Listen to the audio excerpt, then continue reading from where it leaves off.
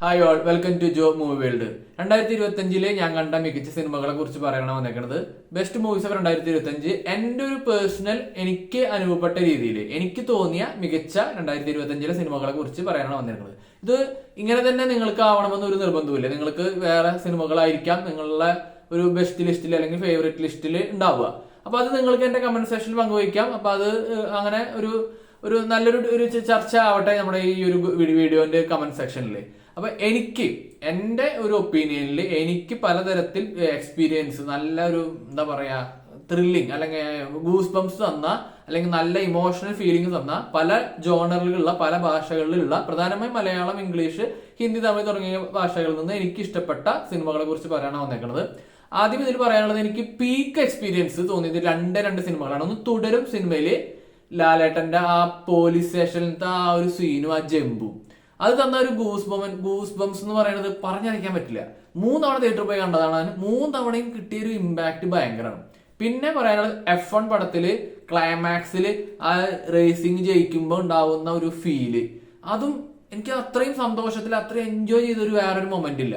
ഈ 2 മൊമെന്റാണ് എനിക്ക് peak experience തന്ന 2025 മൊമെന്റ്. ഇനി സിനിമകളെ കുറിച്ച് പറയാനാണെങ്കിൽ ആദ്യം മലയാളത്തിൽ നിന്ന് തുടങ്ങാം. മലയാളത്തിൽ നിന്ന് തുടങ്ങുകയാണെങ്കിൽ ഏറ്റവും ആദ്യം ഞാൻ ഒരു ഓർഡറിലോ അങ്ങനെയൊന്നുമല്ല പറയണത്, ഞാൻ കണ്ട സിനിമകളുടെ ഏകദേശം ഒരു ഓർഡറിൽ എനിക്ക് തോന്നിയ ആ ഒരു ബെസ്റ്റ് സിനിമകൾ. പൊന്മാൻ അത് തുടക്കത്തിലേ കണ്ട 2025 തുടക്കത്തിൽ കണ്ട വളരെ മികച്ച സിനിമയാണ് പൊന്മാൻ.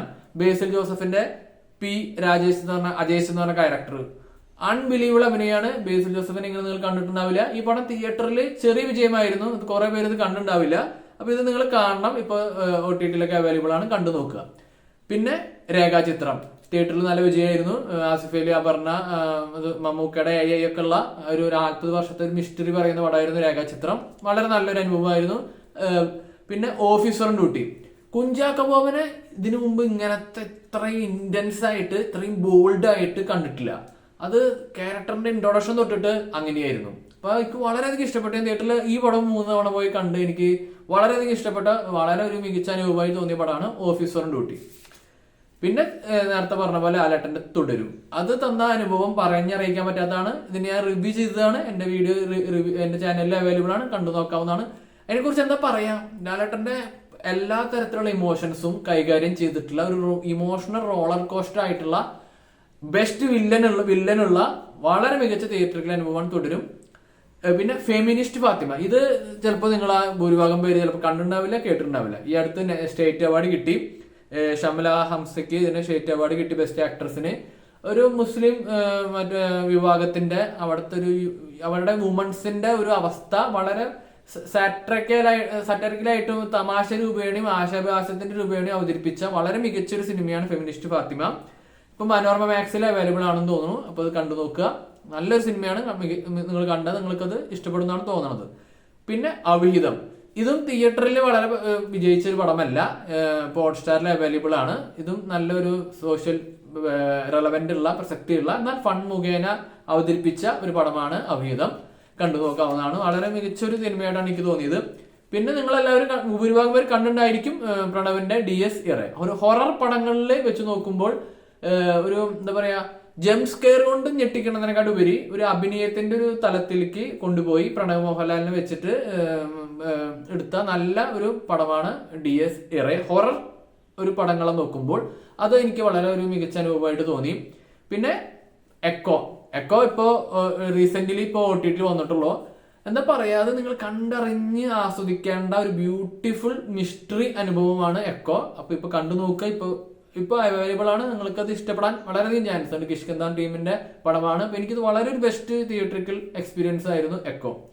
പിന്നെ ലോകനെ കുറിച്ച് പറയാനാണെങ്കിൽ ഇൻഡസ്ട്രി ഹിറ്റ് ആയിട്ട് ഇപ്പൊ മലയാളത്തിന്റെ ടൈറ്റിൽ ഭരിച്ചുകൊണ്ടിരിക്കുന്ന പടമാണ് ലോക.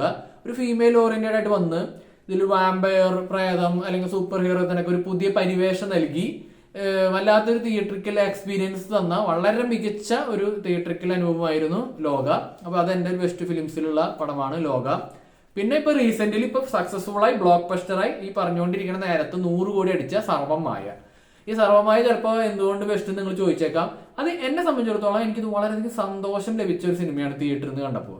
അതിന് പല പല കാരണങ്ങളുണ്ട്. അതിന്റെ സിനിമയുടെ കാരണങ്ങൾക്ക് പേര് നിവിന്റെ ഒരു തിരിച്ചുവരവ്, അങ്ങനെ പല കാരണങ്ങളാൽ എനിക്ക് പേഴ്സണലി എൻ്റെ അവസാനത്തെ കഴിഞ്ഞ ലാസ്റ്റ് ഇയറിലെ ഏറ്റവും നല്ലൊരു അനുഭവമായിട്ട് എനിക്ക് തോന്നിയ പടമാണ് സർവമായ.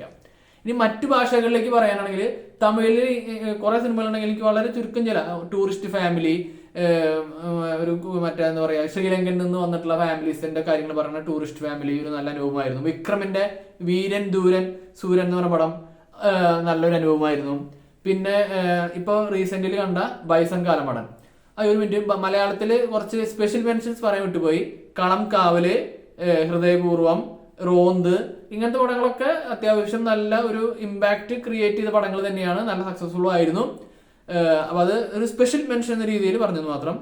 പിന്നെ ഹിന്ദിയിൽ നിന്ന് എനിക്ക് അങ്ങനെ കുറെ പടങ്ങൾ കിട്ടിയിട്ടില്ല, പക്ഷെ 1-2 പടങ്ങൾ കിട്ടിയത് ഭയങ്കര എക്സ്പീരിയൻസ് ആയിരുന്നു. ഒന്ന് സിത്താര സമീം പർ, ഞാനത് എഫേർട്ട് എടുത്ത് കുറച്ച് ദിവസം കഴിഞ്ഞിട്ടാണെങ്കിലും കൂടി തിയേറ്ററിൽ പോയി കണ്ട് എനിക്ക് വളരെ ഇഷ്ടപ്പെട്ട അമീർ ഖാന്റെ ഒരു ഫാമിലി പടമാണ് സിത്താര സമീം പർ. ഇപ്പൊ യൂട്യൂബിലൊക്കെ അവൈലബിൾ ആണ്, നിങ്ങൾ കണ്ടിട്ടില്ലെങ്കിൽ കാണണം. നല്ലൊരു ഫീൽ ഗുഡ്, ഒരു കോമഡി ഓറിയന്റഡ് ആയിട്ടുള്ള അമീർ ഖാന്റെ പടമാണ്. പിന്നെ ഇപ്പോ ഹക്ക് എന്ന് പറഞ്ഞിട്ടൊരു പടം നെറ്റ്ഫ്ലിക്സിൽ ഇപ്പോൾ വന്നിട്ടുണ്ട്.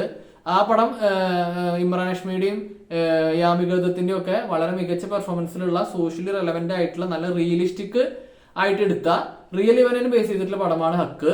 അത് കണ്ടു നോക്കാവുന്നതാണ്. ഒരു നല്ലൊരു ഒരു ഇമോഷണൽ, ഒരു ഫീമെയിൽ ഓറിയന്റഡ് ആയിട്ടുള്ള നല്ലൊരു പടമാണ് ഹക്ക്.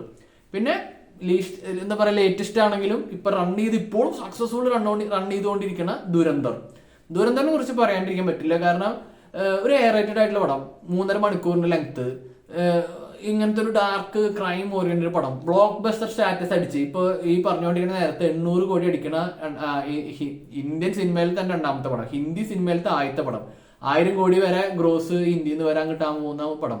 അപ്പൊ അതിന് ദുരന്തർ പാർട്ട് 2 മാർച്ചിൽ വരാൻ പോവാണ്. നിങ്ങൾ ഇപ്പോഴും ഈ പടം കണ്ടിട്ടില്ലെങ്കിൽ ഇപ്പോഴും തിയേറ്ററുകളിൽ ഓടിക്കൊണ്ടിരിക്കുന്ന പടമാണ്, കണ്ടു നോക്കാവുന്നതാണ്. ഇനി ഇംഗ്ലീഷിലേക്ക് വരികയാണെങ്കിൽ കുറച്ചധികം പടങ്ങളുണ്ട്.